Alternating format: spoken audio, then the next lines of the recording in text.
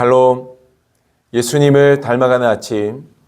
오늘 함께 읽으신 말씀은 요한복음 21장 1절에서 14절까지의 말씀입니다. 그 후에 예수께서 디베라 호수에서 또 제자들에게 자기를 나타내셨으니 나타내신 일은 이러하니라.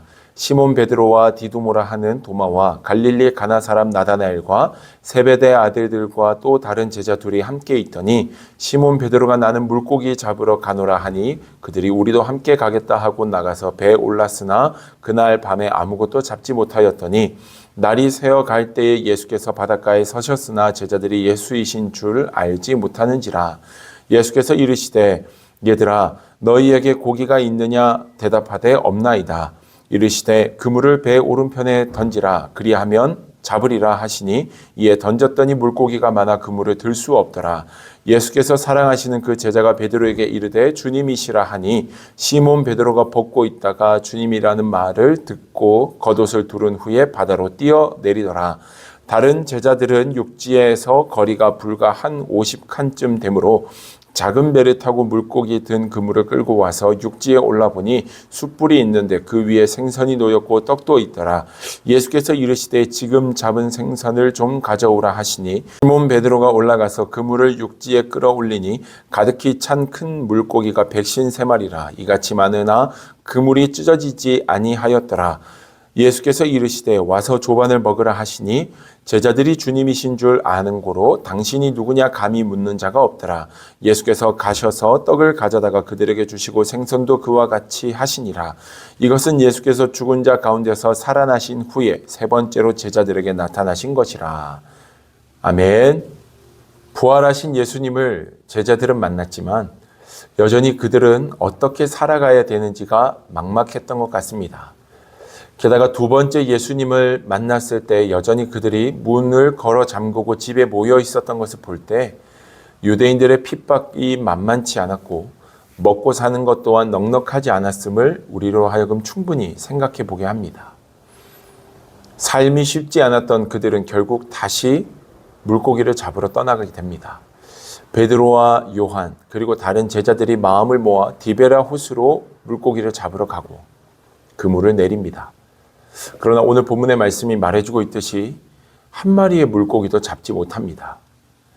그때 제자들을 세 번째 찾아오신 예수님께서는 배 오른편에 그물을 던지라 라고 이야기하십니다. 그리고 그 말에 순종하여 배 오른편에 그물을 던진 제자들은 크고 많은 물고기들이 그물에 걸린 것을 보게 됩니다. 그리고 그 물고기의 숫자가 우리가 잘 알고 있듯이 153마리임을 성경은 이야기하고 있습니다.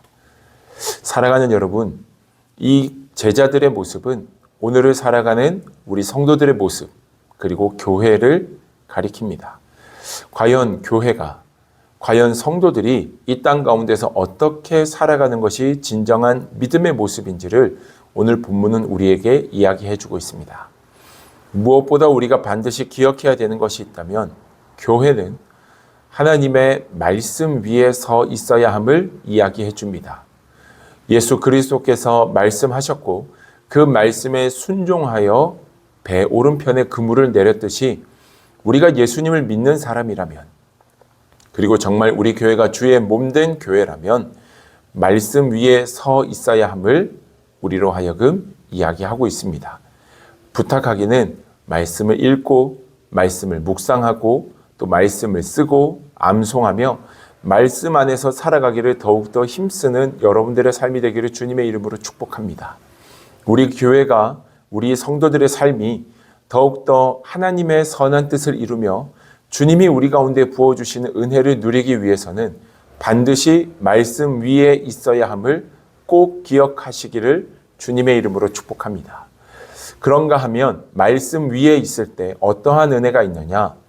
153마리의 많고 큰 물고기들을 잡게 되었던 제자들처럼 하나님의 일하심, 그 신비의 은혜, 그 역사들을 오늘 우리가 또한 우리 교회가 보게 될 것을 성경은 우리에게 이야기하고 있습니다. 하나님의 역사와 하나님의 은혜는 지금도 활발하게 이루어지고 있는 줄 믿습니다. 그러나 어떤 교회 가운데 그러한 역사들이 일어나냐? 말씀 위에 있는 교회, 말씀에 순종하는 교회들 가운데 성령께서 역사하실 때 그 은혜가 이루어짐을 오늘 본문은 우리에게 말해주고 있습니다.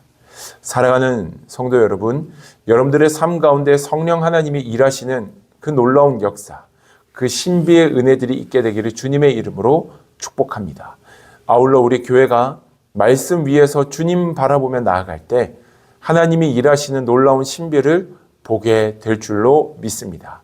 이 아침에 이 말씀에 의지하여 기도하며 나가실 때 하나님, 나의 삶이 주님의 말씀에 붙들린 인생, 주님의 말씀에 순종하는 인생, 또한 그 말씀 위에서 성령 하나님이 일하시는 것들을 보게 하시고 또 성령 하나님의 역사, 성령 하나님이 살아계신 생생한 간증이 오늘 나의 삶 속에서 나타날 수 있도록 도와주시옵소서라고 이 아침 주님을 붙들고 기도하는 저와 여러분들 되기를 주님의 이름으로 축복합니다. 기도하겠습니다. 살아계신 아버지 하나님, 오늘 우리의 삶이 또한 우리 예수님처럼 예담교회가 하나님의 말씀 위에 선 교회 되기를 원합니다.